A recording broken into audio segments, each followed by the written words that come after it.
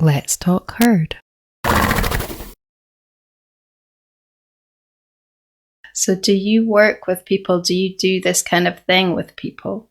I do with some clients who call me up for cranial work for their horses.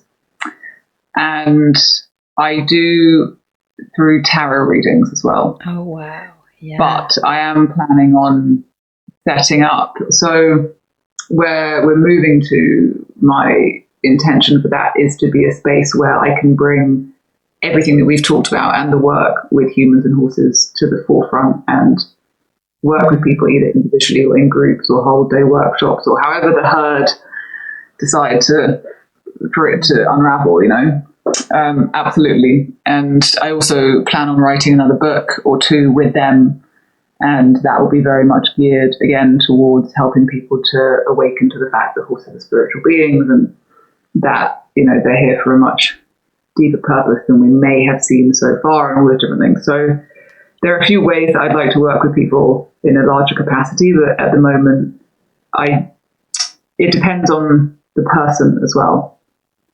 It really does. So in a cranial session, I'm giving a craniosacral session for the horse. And of course, through my perspective, yes, the owner is absolutely involved with that, 100,000%. And I'm talking on multiple layers, not just because they are the rider or whatever, and they are the horse's mirror. The horse is mirroring back to them everything. I can't tell you how many times I treat the horse, or I do an animal communication session or a reading for someone, and the owner or the guardian says, it sounds like you're talking about me. It just happens again and again and again. And it always makes me laugh because I'm like, yes, I am talking about you. I'm talking about you as an extension and a version and a reflection of your horse. But the difference with the cranial is that in a very grounded sense, I have to have this boundary within my work of having both. So I need to be able to go in as a craniosacral therapist and say, horses are out of balance, the horse is compensating in this way, this is what its biomechanics. It's like a very grounded, physical, mechanical approach. And, within me, also in my energy field, there is this element of what is the deeper thing that's happening here with the human, but I'll do what I can to bring that in. Some people are very open, and then we go on a long journey of kind of self-discovery, and some people just aren't. They are exactly where they need to be in their awareness, and I'll just say a few things and maybe that will jog something, and that's it. But I'd like to create a space where I can really just share the horse's voice in person. So I'm really intending for that to be at our new home at the right time. Yeah, because those categories start to break down a bit. That's what happened with me because when I first practiced the cranial work, it was very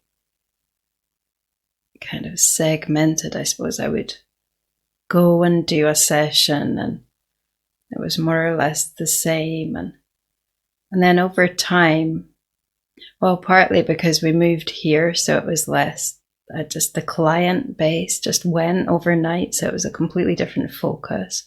And it was focusing on the herd, our horses. Wow. So it was like very different. But I just gradually over time, the physical element, and this is just for me, this is just what, where I went with it. The physical element kind of dropped away more and more. And it's not to say that I don't do that. I do sometimes, but it just became that, that when you tune in and you start, I suppose you may start by feeling the feeling when you are hands-on. So you feel that leverage that you have. Like that sense of engaging. And I just began to notice that I could do that when I wasn't physically engaging. So it was it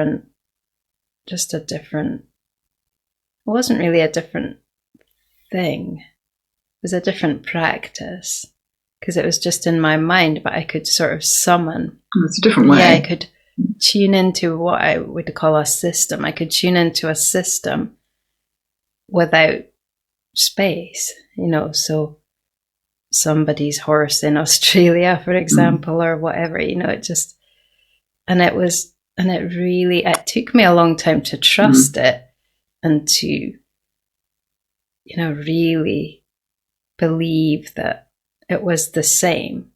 But so many times when I would meet someone or a horse or a dog in person, and it was like, wow, it's the same.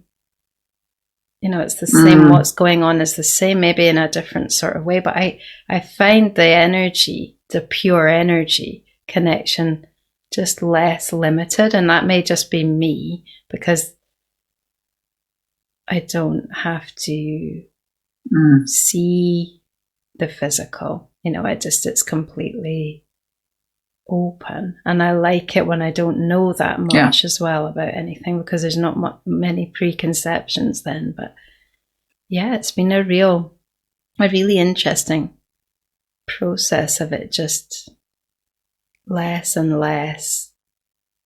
In a way, it feels like going in that way, you come to it's a bit like planets with rings around them. It's like you come to the very outermost one first, so you're not, because sometimes if you're with a horse physically, like I know the way that I used to approach a situation, I would definitely go through a lot of outer boundaries, just kind of make presumptions and, just assume that it was okay to touch. And so that, it's really fun. And I think when you do it energetically, you can't really do that, because you can only engage when you're engaging with that,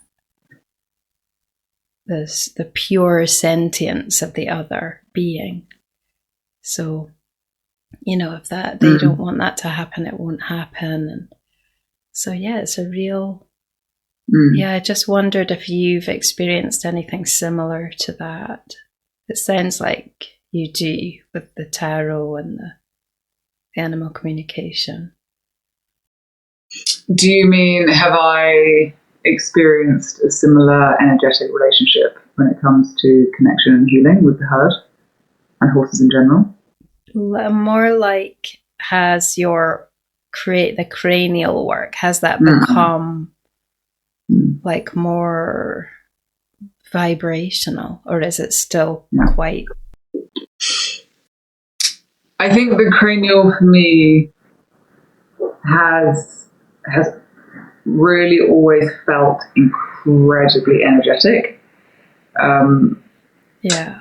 What I find interesting about what you said is how you moved away from your client base, but then you moved so much closer, or you moved back to them, but just like through a different realm, through different layers of your perception, through energetic. Yeah, that's true. And in a way, maybe you need to do that to show yourself that you can do that, and that those realms exist, and that you can live within them in this amazing way, which you're doing. And then that in turn translates to your relationship with animals and your horses and your herd, because you're able to tap into that ethereal realm, I imagine, easily or quickly, because it's also become a muscle for you because of the distant cranial work. And that's amazing, because it's, again, like I said before, something that you can offer, that you can just offer because you do it. Not actually physically offer, say, I can do this for you, but that you offer the collective as information that that's possible. For me, that's an interesting question. So, cranial work for me has always felt very, very vibrational. However, I noticed that I have really shied away from doing any distant cranial work. And I think that, and people have asked me, and I always say no, because first of all, I just don't feel that I am experienced. And I don't know, I'm not quite in a place where I would say yes, because I don't feel I'm experienced enough to do it. But of course, how do I get the experience without starting? Even though I will send distant healing to my horses, to people, to my cousin who has a sanctuary in India, I send healing to her horses. I do animal communication, that's distant. I work in those realms, and I love that space, and I love, the consciousness of the tarot, and I love that experience of communication. For me, it's a very communicative place. And when it comes to cranial, I feel a very strong sense of responsibility to verbally be in front of someone and say, this is what is going on with your horse. Can you see the way that it just moved its front leg? Can you see this, that, and the other? Because there's so much learning and education that needs to happen within the equine industry. I feel like I want to be, and also, I show people how to do some massage in between so that they can help their horses stay in balance between sessions. And I like to be there to physically show them this is how you do it, to make sure that they're doing it in the best way for the horse. And then I also notice that sometimes when people watch me treat a horse, that in and of itself can be an enlightening process for them, because some people have never, someone has maybe just mentioned cranial to them, and they're like, okay, I'll try that, or they have a head shaker their horse head shakes, and they find out the cranial is good for that. So then I go for that reason, and the work is so deep, and the horse's response is so very energetic and very spiritual, and usually, it's just a very, very deep experience that for a lot of people, that's really intense to see in a very good way, because I can see that opens up their eyes, whether they're aware of it or not, to something different. And the other thing is, when it comes to the human and the horse relationship, depending on the human, there are things that need to happen that are important for that person's education. And an example of that is if I go in and the human is holding the horse with the lead rope and they are on their phone, or they're all over the place, or they're not present, that I need to have really clear boundaries with that. And I need to say, sometimes I'll say, okay, you need to step out, or I'll take the horse. If the horse is being reactive, which of course a lot of horses are, because they have the amount of cranial compression, then when that starts to happen, they can come in with their projections. And I'm not judging them. this is what's happened time and time again of, they're just being naughty, or they're, they do that all the time, or whatever it is. And I need to, and I'm really happy to do this, be incredibly clear of, no, this is the damage in your horse's head. This is the reality of your horse is going through a very clear process right now. And I use a lot of breath work. So because that's just something that my herd have helped, taught me in terms of whenever I meditate with them, a lot of it is instigated through just conscious breath. And it doesn't need to be really intense. It's just being aware of how I'm breathing. And the horses, when the owner watches the horse go through that process and then eventually come to a still point, it's a big deal for them sometimes, because all I'm doing is staying present with that cranial hold. And there's an honoring of the horse that I sometimes bring in a treatment that the owners don't necessarily or haven't seen before. And I know it sounds quite, like, oh, I'm doing this, but it's just true because of the way that I interact with my horses is very different to a lot of, yards. And so I feel like going physically doing that is important, because they'll remember that. I hope. I hope they remember that. Even if it's, 20 years from now, they say, oh, this one lady came and did a treatment. It's a different experience when you're watching someone work with your horse who and I'm air quoting, like, and your horse behaves and goes through a very specific, needed, energetic, physical process with that person because of what they're doing, and that's different to what That is an important element of the awakening, So, I hope that answers your question. But it is, having said all of that, I do consider cranial to be an incredibly massively vibrational modality and experience for me, because even though I'm there physically, there are energetic vibrational things that are happening that I'm aware of. But it's both, that's happening, and I'm there physically as well. Yeah, I love that, because I can totally feel how it's like, what it feels like to me is like you're able to engage with something that's very physical and can be very limited, like the situation with people and the yard and the horse, and you're like able to breathe that flexibility into it, and just create that. It's a real gift, because I feel like I came up against that just inflexibility, like how people just weren't going to change the way they ride, and they weren't going to change the way they keep their horses. And I just felt, I just backed out of that and just changed things, in a radical different way. But I think it's amazing that you can lock into that and just create the flexibility within it. It's really powerful. Thank you. I mean, I really hope that I'm able to bring that. But I did, going to traveling and treating working horses really helped with that. Because I've worked in Egypt a few times, and how that helped was, I remember saying to one of the vet students there, we were having lunch, and I was working at this place called ACE in Luxor, and there's an inpatient and an outpatient clinic. And the outpatient clinic is outside. Okay. And we were sitting, and I was watching, these men with their horses.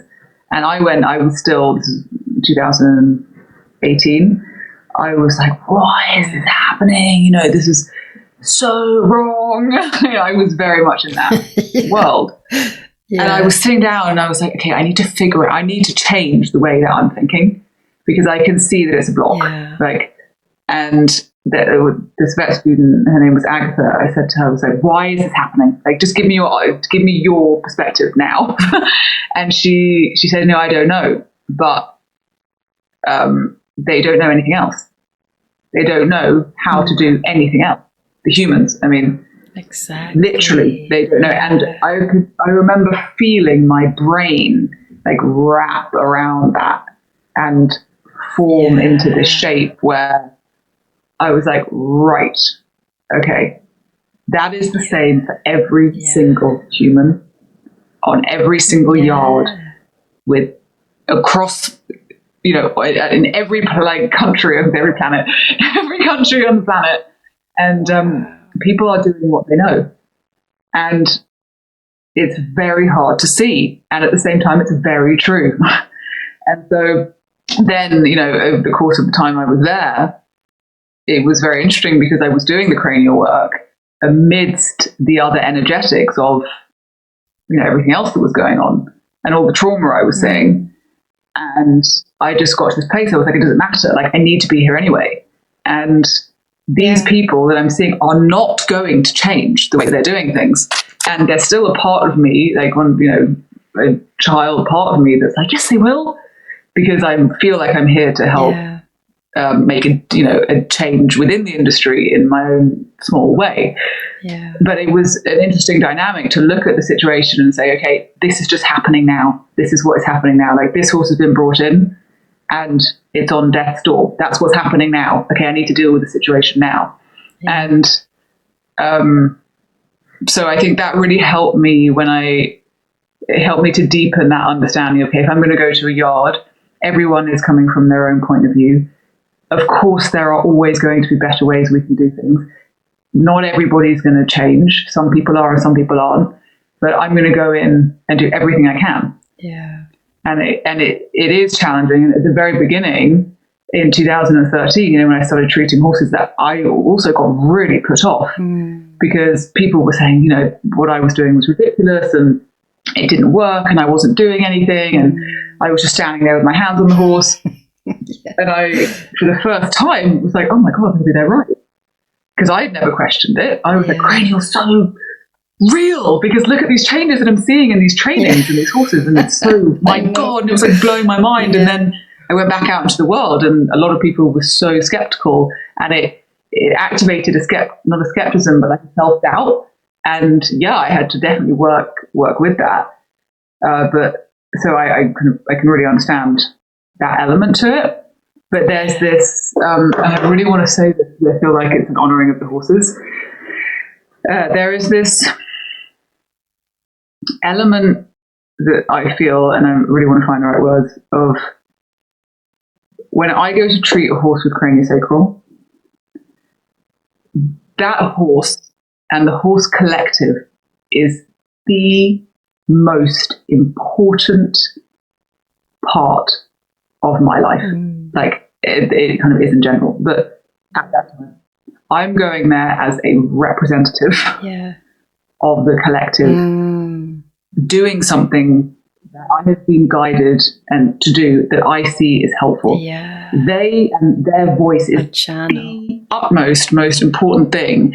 And if a human being is saying they're not going to change this, that, and the other, okay, I'm going to do everything I can to honor what I have learned and I'm continuing to learn about the collective in that, 2 hours or however long, and that's it. That's what I'm going to do. And so that means the way I talk about the horse, as soon as I get onto the yard, my energy, am I present? Am I grounded? Am I in my body? Like all of those things.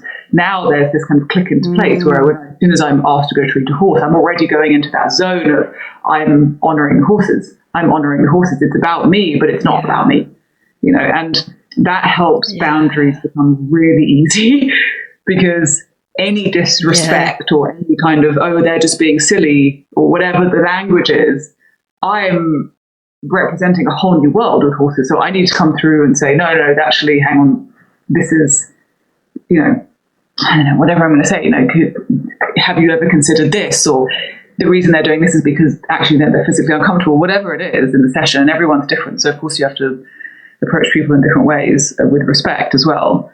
But I would say the most important thing is the horses. They come first. It's not about the human as much as it is about the horse getting what it needs. And the nuance is that the human is integrally involved.